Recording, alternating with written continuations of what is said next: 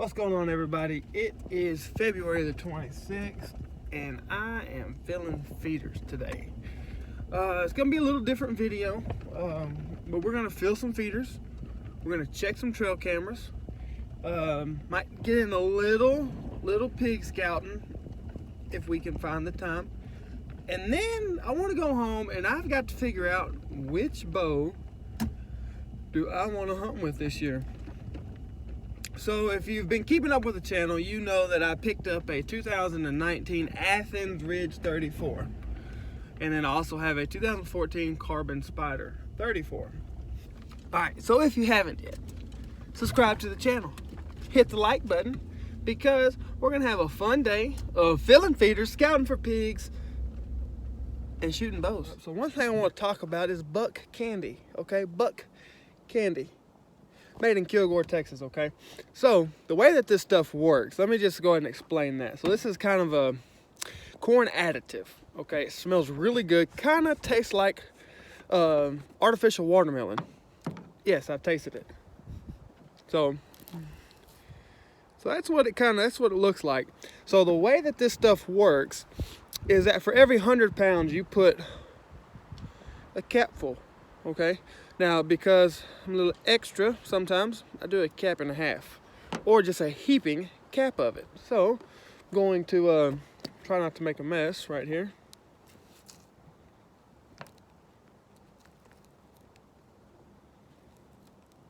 Okay, so we got a heaping cap full of it. We're going to take it over here to the corn.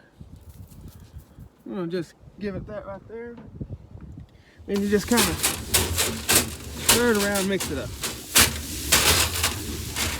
Just like that. And you can smell it. See my hand? So, smells really good. And the deer like it. Pigs like it. It's just an aroma that gets out there. They know, hey, need to hook a left right here in the woods and come to this feeder and eat.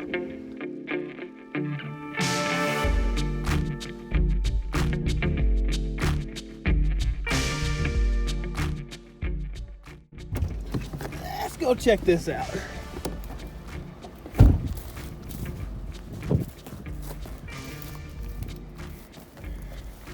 It's the granddaddy of them all, boys. All right, well, here is a big, I think these are called King Ranch blinds. I'm not real sure, but they are the Cadillac of box blinds, okay? Now this one's cool. It's a combo blind, so you got rifle windows, bow windows in the corner. So guarantee you this, I'm about to go corn about 30 yards this way. That way I can shoot a pig from the comfort of this blind. And that's a fact. Yep, right out here, be able to slip it on back and gig them.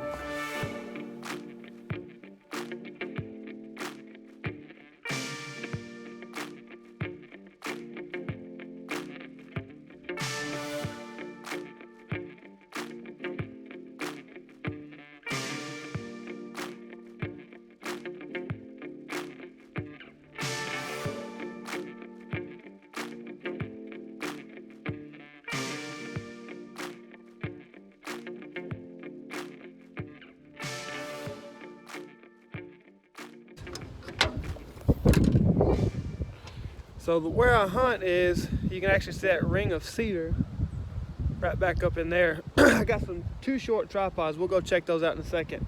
But this is actually where I got those DIY lights where I spray painted the lenses red, and I can tell you at nighttime you can see it shining on the trail camera that I have right there, which I'm going to pull the card and see what came in here last night. But let's go check these stands out. Give y'all perspective. So all I do with this stuff, this is a little brush end tip. I just take a bungee cord right here and I bungee cord a tree to that, and I'll bungee cord another one to it at some point. Got in the second man, he's brushed in real good because it was easier to reach. Now I got to get that brushed in. I got a shooting hole there, and then obviously the one out in front of me. So there's a look on how I've brushed in these two tripods. Wish I could get a little wider view, but using my phone today to do this vlog style stuff. So, on to the next spot. All right, it's kind of the same situation on this feeder. We can see we got a box blind right there with the bow windows. We're probably close to 25 to 27 yards from it right now. So I'm just gonna broadcast some corn right here. Right now we have a really good wind to hunt it. It would be right, kind of a off wind, kind of blowing back that away. And those hogs come right down there from that thicket. There's actually a really good boar hog that comes up to this feeder. And with this high wind, I would much rather be sitting in the comfort of a blind to shoot him from. So, same thing, we're gonna corn right here. I wanna get in there and just take a little sneak peek in there.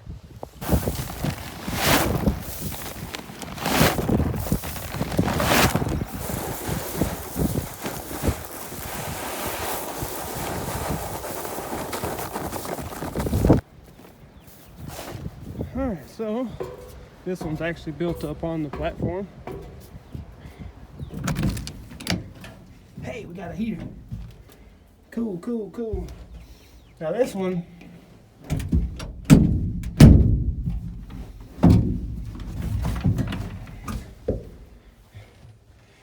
so that's actually right where I corned. Yep. I can see myself shooting a pig or 4 from right here. Maybe even a buck, a doe.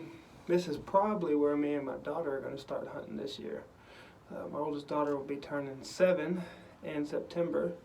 So I imagine she's going to start tagging along with me a lot in the upcoming future, and I cannot wait for that. That's what these things are perfect for. No reason to make a kid freeze or sweat in a grueling condition, because all they're going to do is get turned off from it. So if you can make their first couple of experiences a good one, more than likely they're going to come back for that 5th experience, 10th experience, 20th experience, and then they're going to start doing it on their own. Okay, so that is a huge, some huge insight on getting a kid started. Is make it comfortable, make it fun. Yes, make it successful as you possibly can, even if that means baiting right up next to this blind so they can make a good, easy, quick shot, and they're just going to enjoy that a whole lot more, and we have repeat customers at that point for the hunting industry. All right, we're at a spot that I have not hunted in a couple years. Matter of fact, one of the last hunts I had down here, I shot that really big pig pretty close to right here, and he wheeled off that away. Never found him, but he is still living down in here. But this is where I'm baiting right now. And these trees are just caked in mud down here. So, won't be long, and I'll be able to come down in here and kill something. Let's check out some of these pig rubs real quick. That one out. They're rubbing all the way around these little ones. Right through there. That tree right there is getting rubbed on. Obviously that one.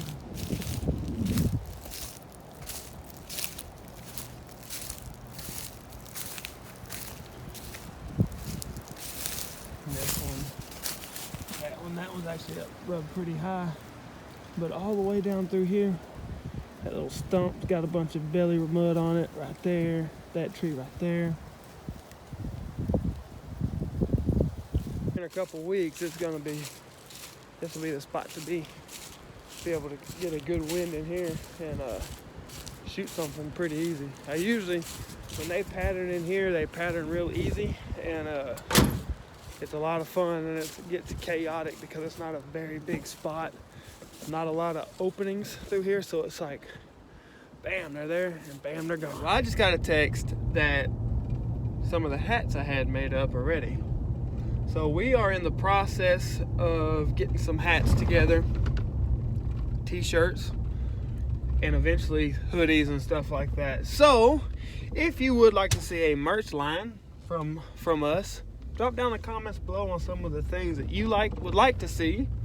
and some of the things, maybe color combinations, etc., and so on and so forth, that you would like to see us put up in a store, on an online store. That way you can support the channel if you feel that you would like to do so.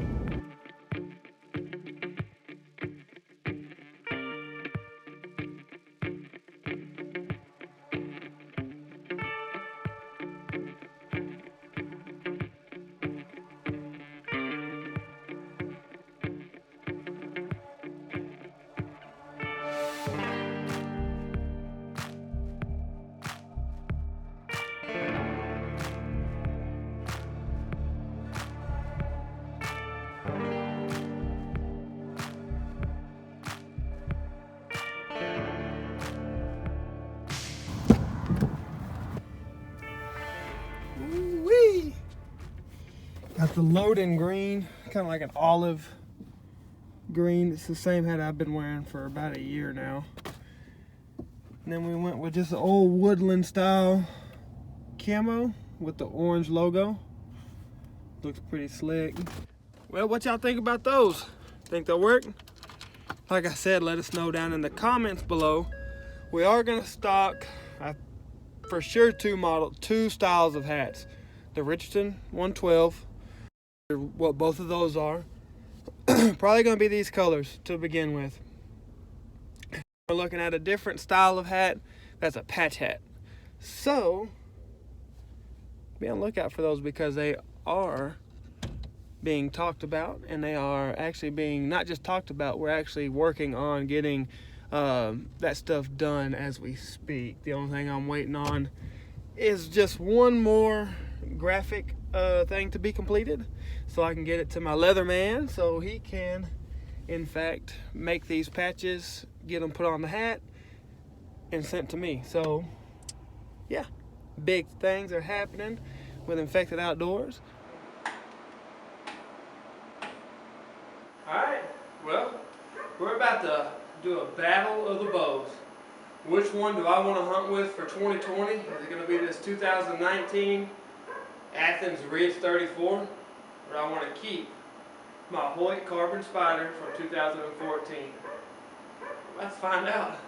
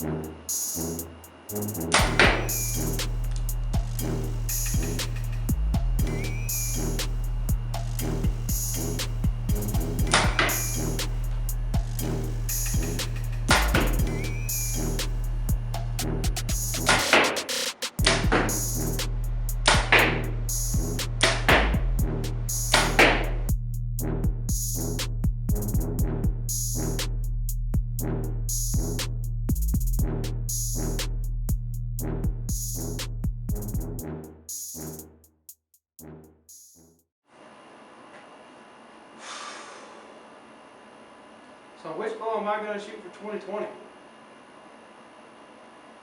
I wish I had 4 arms so I could shoot them both, because they shoot that good. They really do. The Hoyt, you know, I've killed 12 animals with it this year. It shoots really good. I have an Ultra View grip on it, Bomar stocks. It's pretty quiet. shoots pretty fast, and I'm confident with it. So it's going to be hard to put it down.